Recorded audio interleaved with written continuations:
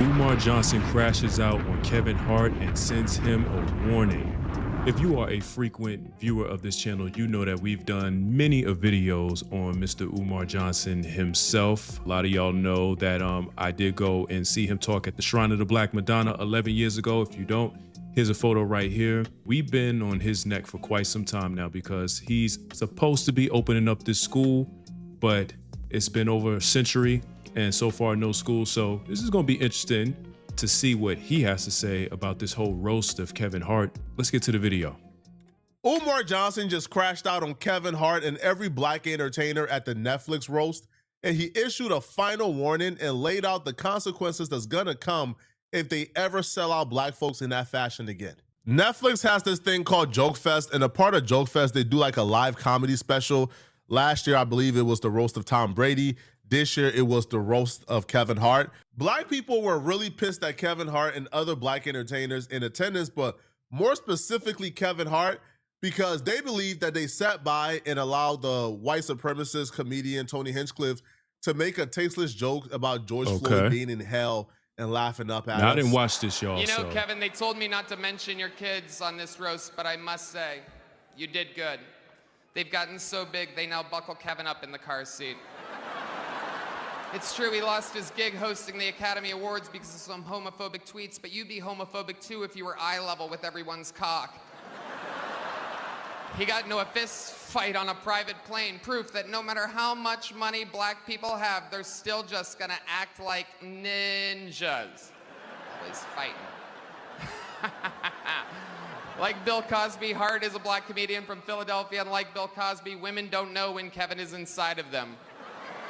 You've done good though, Kevin. The black community is so proud of you. Right now, George Floyd is looking up at us all, laughing so hard that he can't breathe. God bless you, Kevin. Now, I'm gonna just say this. If this was just 4 years ago and somebody said something about somebody being cast as G.I. Jane, they would have got slapped right on stage. This man sat up here and basically disrespected a deceased man. And I don't see or haven't heard of anybody running up on that stage and checking him. You see how it is when the shoe is on the other foot? You feel me? The roles reverse, nobody does nothing. This just goes to show you everybody in that room is basically being controlled. They've been told, play your position. Kevin, God bless this room, and God bless the United States of America. Thank you so much. I thought that was super corny on Kevin Hart's behalf and Tony Hinchcliffe's behalf. That wasn't even a joke about Kevin Hart. Like, you didn't even mix Kevin Hart into that joke. You just straight up said that man is below us, which is me in hell laughing up at us, right? Just disrespecting the dead. I thought the joke about Charlie Kirk was distasteful. I thought that joke was also corny as well. And Pete Davidson was trying too hard, right? But the difference between Charlie Kirk and, let's say, George Floyd is Charlie Kirk, for the most part, made himself a public figure. George Floyd had no intention on ever being a public figure. He didn't open himself up to scrutiny, right? He was just put in that position with his death. So no, I didn't think making fun of the dead is cool, cute, or anything. Now, all the other jokes about other people in the room, like Cheryl Underwood, I ain't got no problem with that.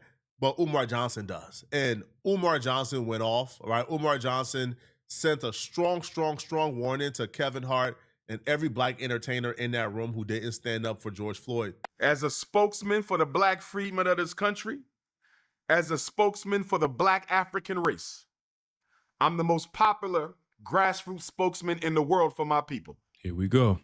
Y'all get a pass on Mother's Day. I'm giving him a pass, Art, one pass. But I want Kevin Hart to know, and I don't care who in Philadelphia don't like it, I don't care. I'm letting Lizzo know. I'm letting Cheryl Underwood know. I'm letting Draymond Green know. Tiffany Haddish, Regina Hall, although Regina Hall stood her ground. If y'all ever let white people do this to us again, if y'all ever sit at a comedy show and let white people insult and castrate, verbally castrate and humiliate and shame the black race like y'all did on Mother's Day, we will cancel y'all too. And I'm not playing. Y'all black entertainers better stop playing with the self-respect of black people. You black football players, you black basketball players, you rappers, you goofy ass rappers, you singers, you actors, you dancers, you comedians. I'm telling you now, white folk are going to try to use them, Art. They're going to try to use them to bring back the modern day minstrel show. All right. So I'm going to stop right there because it's interesting hearing this coming from somebody like him. Now, yeah, your message, Mr. Johnson, may be coming from a good place, but you are not the person that should be saying anything because you haven't lived up to your commitment, which is opening up this school. And another thing, I don't think that these people in that world, these black entertainers, really care too much of what you have to say. Yeah, you could put that hat on that you're the spokesman for our culture, but are you the proper representation? Especially when you, like I said, you have commitments that you haven't fulfilled. You feel me? Like these actors and these actresses, they are paid off, they're paid characters. They're told what to say, they're told what to do, all of that. And like I said, it is interesting that nobody on that stage went up there and smacked him after what he said, because if you ask me, that was worth a slap. You know, all of that he said, you know, the whole private jet thing and then the George Floyd thing. But yeah, like I said, you are not the person that needs to be speaking for the people, sir. Where the school at? By humiliating us in their faces. And I'm letting the whole black entertainment world know right now, we will march on your ass. We will march on your house. We've been doing that. That don't do nothing. Don't play with me. I'm telling y'all now, I'm talking to every black entertainer in this country. Don't play with me. If you think we're going to sit by and allow you to let white people. Yo, Dr. Umar really talks like he's a part of the mob. Like, okay, you talking about we'll cancel them. Cancel them how, sir? How you going to cancel them? I'm like, come on, man. Make a mockery of black people so you can get paid? You got another thing coming. Who elected Umar Johnson as the representative for black people? Right. I'm not saying I got a problem with it. He said he's the voice of black people. I want to know who elected him. Y'all let me know in the comment section who elected Umar Johnson and when were the votes casted. Now, based on what Umar Johnson said, let's just take the Netflix roast from out of it.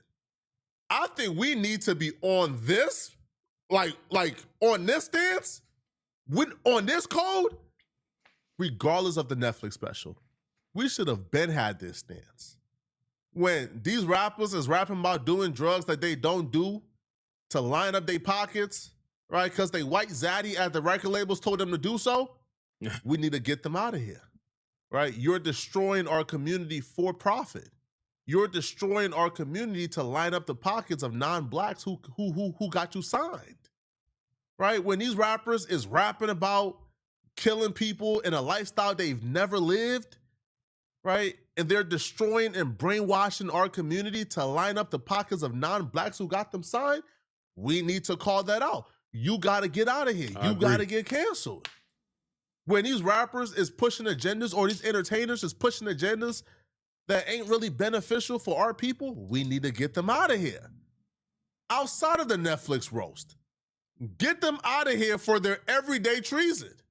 I agree 1,000%. I don't think we needed this Netflix roast, right, to see these people ain't never on code, never will be on code. The average black entertainer got ushered into the industry, got given their first opportunity by a non-black on average. The average black entertainer has an addiction to proximity to whiteness because they understand proximity to whiteness is how you advance forward in this industry. Yeah, because for the most part, they've been the ones controlling the airwaves. It's their networks. It's their broadcasting. They control it. They control what's said. They control what's not said.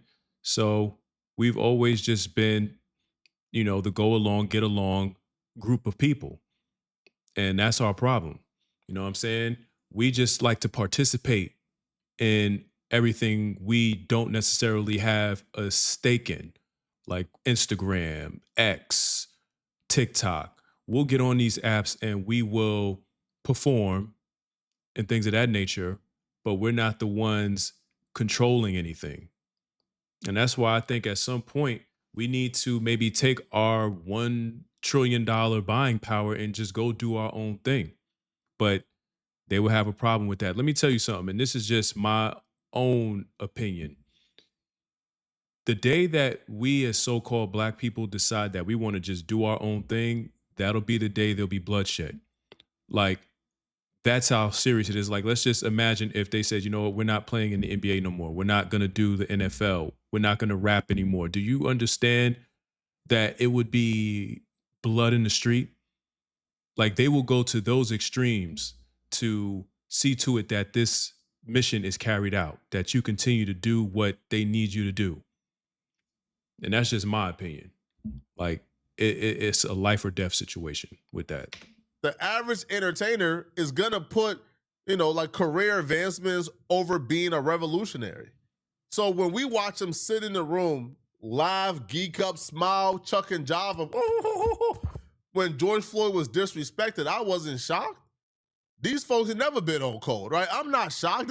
This is who they are. Now, Umar Johnson had issues with other jokes outside of the George Floyd jokes. Now, I only had an issue with the George Floyd joke, right? Because if Cheryl Underwood, if Kevin Hart and others put themselves in the room for a roast, they got to deal with the jokes that come towards them individually, regardless of how harsh it is. But the George Floyd joke to me was especially egregious because George Floyd was not in the room. Here's another joke. Who they talking about again? Cheryl Underwood art. This was not about Kevin Hart. This was an Erica Kirk get back. Listen to this. Her husband committed suicide after 3 years of marriage. I've only been sitting next to her for 2 hours, and I want to ask him, how did he last so long? Her husband committed suicide after 3 years. I've been sitting next to her for 2 hours. I want to ask him, how did he last so long? Art, somebody better tell Netflix. Somebody better tell Netflix that if you ever disrespect our women like this again, we are boycotting Netflix. It won't be no more Netflix. It won't be no more Netflix. Respectfully, and I get that you're passionate about this because it's your people. But at the same time, I don't think that the executives over at Netflix are worried about whether or not our interest in Netflix is there, so to speak. I don't think that they're going to be bothered if we decide that we're not going to watch Netflix anymore. You know what I'm saying? Like, again, you got other things you need to be worried about here, Mr. Umar Johnson. Like opening up this school. Like, do you really want these people to start coming after you? And see, the thing about somebody like him is he'll say things like, oh, he'll try to push it on racism, why his school isn't open or why somebody's coming after him. Or I said something about Netflix and it getting canceled and stuff like that. So now they're trying to come after me. This will be what he'll tell people in order to justify why they're going to start coming after him. It's like, I don't think you understand how deep this rabbit hole goes and who these people are. These people in the industry, they can have your card, they can pull your file, you know what I'm saying? And really get you up out of here, pack you up for real. You know what I'm saying? So the best thing for you to do is, follow through with your commitments and get that school open. Because the last thing you want is for them to start digging into your pockets, pulling your file, checking your bank records, where your money's going, because that's going to make you look real bad. In fact, Tyler Perry, start your Blackflix. Tyler Perry, Oprah Winfrey, somebody needs to start Blackflix. Well, why don't you do it? With all the money that you made with that damn school, why don't you start a Blackflix? Because clearly, we ain't never getting no damn school. So why don't you do that? And again, I don't want to make it sound like I'm attacking him. Like, no, I'm just coming at him as far as you say one thing, but you do another. If you're going to say you're going to do something, then do it. You know what I mean? We need to get away from Netflix anyway. We do have a Blackflix. It's called Tubi. Black folks have denigrated Tubi, the brand, so much that when we say Tubi or, oh, that's a Tubi movie, it's synonymous for low budget. It's synonymous for bad acting. It's synonymous for trash. So black folks labeled Tubi as low budget and added negative connotations to it. So like, who can we blame for that? Like, who can we blame, right, for denigrating our own brand that's for us and by us? Tubi exists. Black folks make sure no A-listers, no real actors, no real entertainers worth they salt is trying to be associated with the Tubi brand because we calling it low budget. I'm gonna tell you, and there's definitely some truth to that. If we was to start, if a non-black factor came in and decided, you know what, I'm gonna put millions of dollars behind Tubi, and we're gonna get, you know, high production movies, you know, get studio sets, stuff like that, get the hands of the Warner Brothers and Paramounts involved to cater to, you know, the black experience in movies and stuff like that. Oh, black people would be on board with that 100%. Like he said earlier in the video, the close proximity that we for some reason have to people that don't look like us, the more validated we feel. And it's like, we got to get rid of that. We got to get away from that idea, man. It's sickening. It's very sickening and it's unhealthy. So we got ourselves to blame. Now, also, too, I'm going to say this, okay? When it comes to Cheryl Underwood and Tiffany Haddish, both black women in the room, after the fact, they were asked about the George Floyd joke. Tiffany Haddish said the only people mad about the George Floyd jokes were people who couldn't be in the room.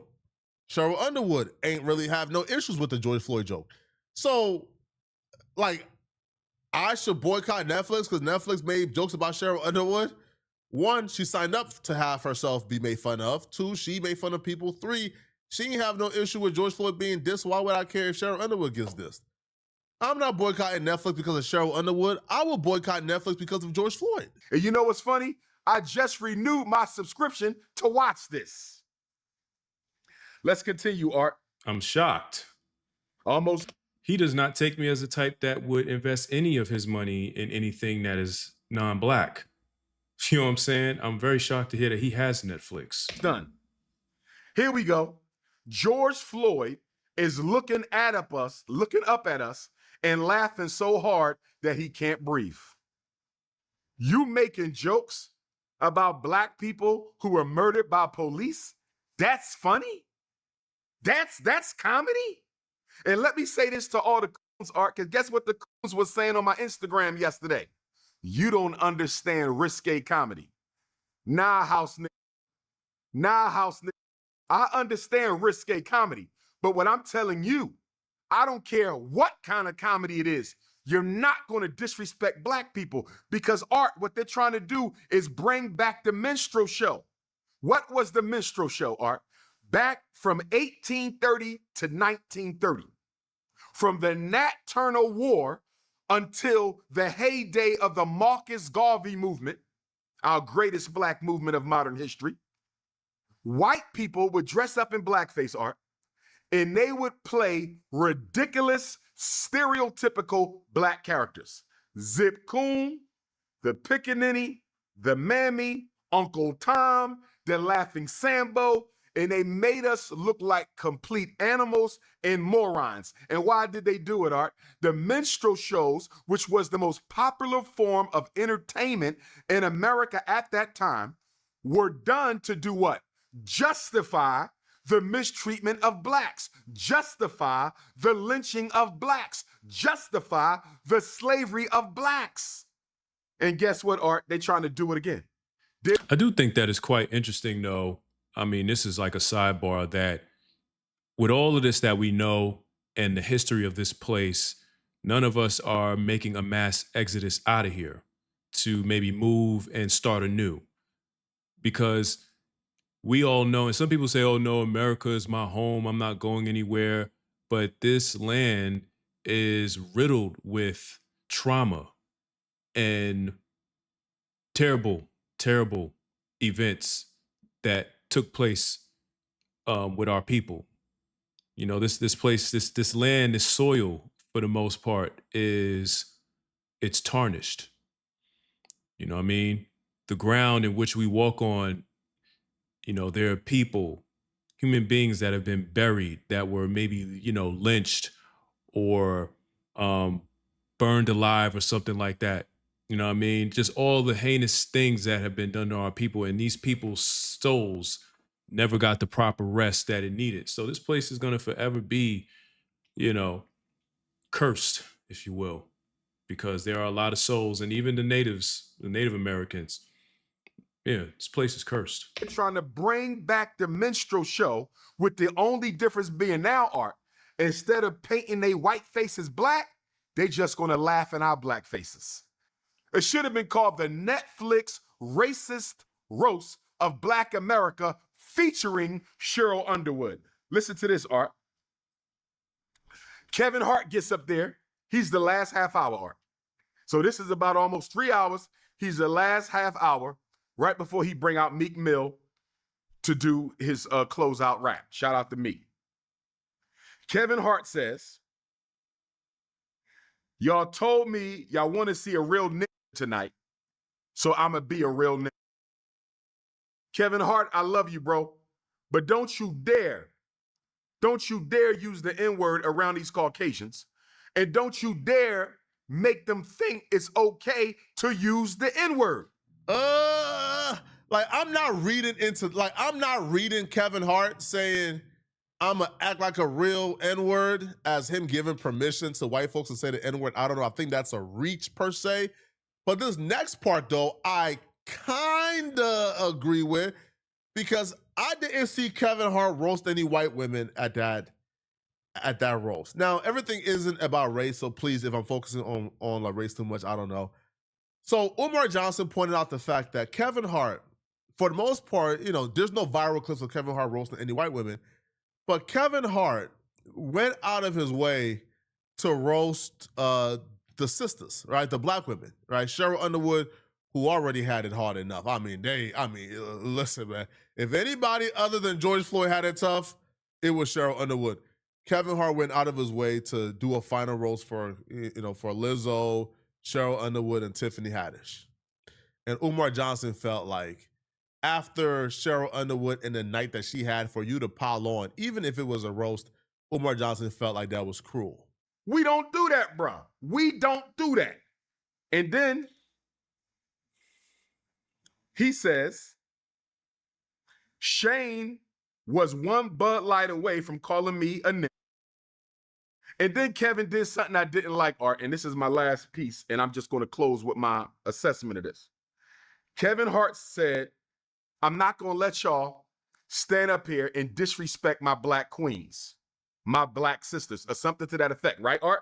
So I'm thinking he about to clap back. I'm thinking Kevin Hart about to be an alpha male and say, I didn't appreciate them jokes you made about black women tonight. You went too far, right? Instead, you know what he says? He thanks them for coming out. Regina Hall, Lizzo, Tiffany Haddish, Cheryl Underwood. And guess what he says? None of these women have a man. They a bunch of lonely bitchs. Art, they just sat through a whole night of humiliation from white comics. And here's Kevin Hart, my North Philly brother who I love and respect. He gonna turn around, and right when you think he about to defend the honor of black women, Art, he throws them under the bus too. And say, ain't none of them got no man. They a bunch of lonely bitchs. I mean, I get what he's saying, and it's hard to disagree with that. But at the same time, what do you expect? Okay, it's like I said earlier in this video, these puppets, these characters that get in front of this camera, they have a narrative that they have to continue to push to our people. And that is dysfunction, chaos, humiliation, and just distinction amongst each other. That is what their job is. You know what I'm saying? They're not there to promote unity in that sense. Yeah, him saying that to them just basically plays to the psychology of what goes on here in our world, that, you know, our women can't get a man, or they got bad attitudes, this, that, and the third. It's like none of this stuff should come as a surprise. You know what I'm saying? I don't even know we're past the day and age of actually taking what these celebrities say serious. Nobody cares about celebrities anymore. You know what I mean? And that's good because at the end of the day, everybody is a human. And at the end of the day, we all got to leave here. Everybody's got an expiration date. All these politicians, all these actresses, basketball players, football players, baseball players, rappers, singers, everybody has got to go one day. So it's not to be, you already know what's up. Y'all let me know what y'all think, man. Was this Kevin Hart roast out of pocket? All right, the black internet. That's the end of the video. I didn't watch it, probably won't watch it. I don't really care to put those type of things into my brain or whatever. Of course, I come on here to discuss it, give my, reaction to certain things. But when it comes to that, like, I'm over that.